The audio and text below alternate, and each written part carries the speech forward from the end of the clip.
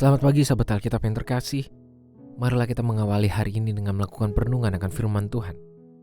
Bacaan Alkitab kita pada hari ini berasal dari kitab Mazmur pasalnya yang ke-37 ayat 27 sampai 29. Jauhilah yang jahat dan lakukanlah yang baik, maka engkau akan tetap tinggal untuk selama-lamanya.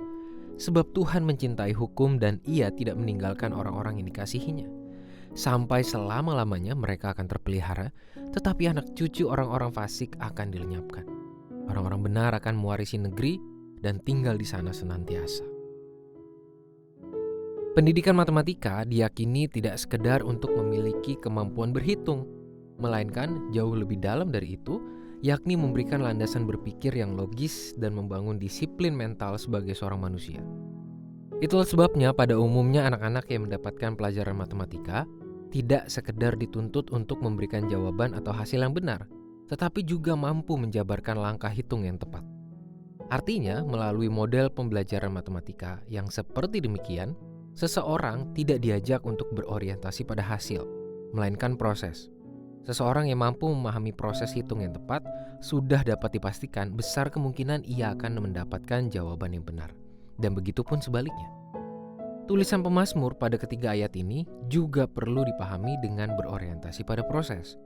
Persoalannya, kecenderungan manusia untuk berorientasi pada hasil justru semakin menyulitkan seorang umat percaya untuk mengimplementasikan nilai-nilai kebenaran firman Tuhan.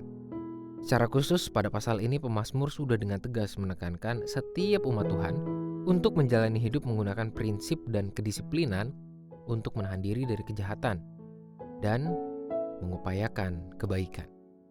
Hal ini merupakan sangat penting mengingat kebenaran dalam kehidupan beriman bukan sekedar konsep, melainkan gaya hidup yang semestinya mewujud dalam berbagai tingkah laku keseharian.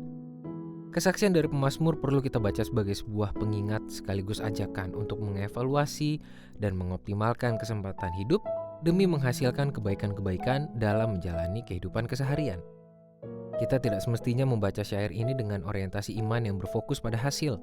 Maksudnya beriman untuk mendapatkan kenikmatan dan kelimpahan berkat. Kesaksian berkat dari Tuhan dan keimanan si pemazmur mengenai penyertaan dari Tuhan bagi setiap umat percaya merupakan sebuah penegasan atas jaminan sekaligus janji dari Tuhan bagi setiap mereka yang hidup dalam kebenaran. Oleh sebab itu, kita tidak perlu takut atas pemenuhan penyertaan Tuhan yang sudah tersedia bagi setiap orang yang mempertahankan hidup dalam kebenaran.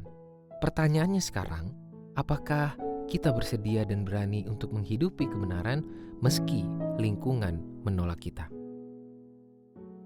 Marilah kita berdoa.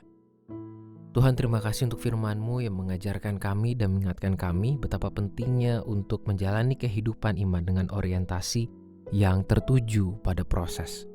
Dalam sepanjang perjalanan kehidupan kami, sesungguhnya kami sedang mengalami pembentukan dari Tuhan.